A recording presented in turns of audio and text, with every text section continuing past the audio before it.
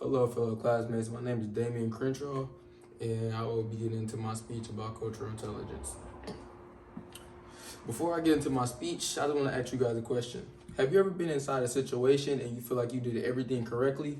Well, what I want you guys to do is next time just ask yourself, what can I have done better instead of telling yourself that you did everything right? So my main points would be number one, mindfulness, not mindlessness. Number two would be my cultural intelligence. And number three would be my improved cultural intelligence. My thesis is today I'll be discussing how imperative it is to be culturally intelligent and how I have developed my cultural intelligence. So for one, I would like to go with the three parts of cultural intelligence. The first part is you're able to relate and work effectively in culturally diverse situations, meaning that no matter the culture or person, you always be able to adapt to the situation based on your cultural intelligence. For two, mindfulness, like I talked about in my preview, being able to pay attention reflectively and creatively to situations, meaning that if a person has a closed mind about multiple situations, they won't be able to see more perspectives other than theirs. So they'll be more lost. And for three, using knowledge and choosing the appropriate behavior to correctly handle intercultural situations. So, excuse me. In our cultures, we may feel like we're always right, or we feel like that we're right about most things. But in some situations, we're dealing with a lot of diversity. You have to control your behavior. You have to control your behavior and kind of decide which behavior you're giving off, so you don't overdo it or overextend yourself if you don't have to. And next, a person who's culturally intelligent has a natural ability to interpret ambiguous ideas and gestures. And this came from a Harvard Business article review. My apologies. This comes from an article titled "Culturally Intelligent" from Harvard Business Review. What this is saying is what I mean by ambiguous. I would like to touch on that. It's like an idea that can mean more than one thing, and that goes from my previous point, meaning that everything is not going to have a specific meaning, and one thing can mean multiple things to different people. So my next point is my personal cultural intelligence. So first, I would like to go into what cultural intelligence is. Cultural intelligence refers to the skill to relate and work effectively in culturally diverse situations. And this right here is via eGroup, an article named "What is Cultural Intelligence?"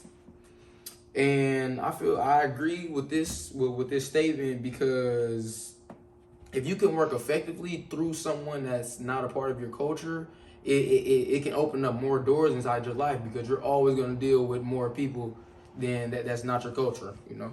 So what I excel is seeing different perspectives of situations. I don't go into situations thinking, oh, I did something this way, I got to do something this way. I kind of react to the moment, if you say. And for three, what I feel like I do, I try to get certain pieces of info. So when others talk, I try to listen more to what they saying than to what my thought says, because while doing that, I can react off them. I can react off them. I don't need to react off the situation in itself. What's next? And I would say that I'm culturally intelligent because the way that I live, I correspond with the three parts of cultural intelligence. Mindfulness is the main thing I have learned, because I've been told that I'm pretty mindless in some situations. So when I practice mindfulness, it's like I could just put myself in someone else's shoes. It has my mind so much more cooler and so much more ready for other situations. And I feel like mindfulness will work the best in my life, because if I'm not gonna lie, I'm kind of a selfish person. So if I put myself in more situations or put myself in better perspectives to see a better perspective, should I say, it'll allow me to adapt to all types of situations, not just the situations that I'm already used to. And for three, in the long run, if I just work on being less mindless and more mindful, I feel like I should be fine. I feel like I'm gonna reach my highest possible, my highest possible cultural intelligence if I just focus on those things. And lastly, I came up with a quote. This is not from online anywhere else. This is my quote. Everybody doesn't think the way I do. To me, this means that I can go into a situation thinking I'm the smartest human being on this earth, that no one will ever be able to top me, but I always have to remember, they don't know me. I don't know them. So if I react on what people said instead of telling people what I need to say, how could I go wrong? So, review. Main point one, being mindful instead of mindless. Mindfulness is way important than mindlessness, because if you put yourself in someone else's shoes more than you're just thinking for yourself, you're going to be able to adapt to more situations. And for two, everyone has a culture, but only a cultural intelligent person understands the culture. So if you understand the culture, it's different than being in the culture, because if you understand why people do things, well, the way they do them, it might give you more enlight. It might enlighten you more on, you feel me, the environment around you. And for three, I would like to reiterate my quote. Everybody does not think the way I do. Everybody does not think the way that you do. You can't go into situations thinking for yourself and just expect the greatest in every situation.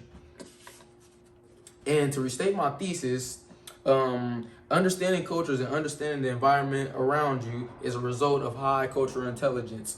Meaning, if a person maintains high cultural intelligence, not only will they understand different cultures around them, but they will also just be more intact with the environment around them. Not even knowing anybody around them, what people are going through. They're just more intact because they can just see multiple perspectives. My closing statement is, for the most part, I'm glad I took this class, because I wouldn't say that I didn't know what cultural intelligence is, but I definitely have a better grasp on it, because I just feel like I'm a very mindless person at times, and this class has given me the chance to just work on my mindfulness and just just become a better person. Because just remember, you have people looking down on you, you have people looking up at you. So if you just be yourself at the end of the day, be the best person, be the best possible self that you could be, can't go wrong. Thank you.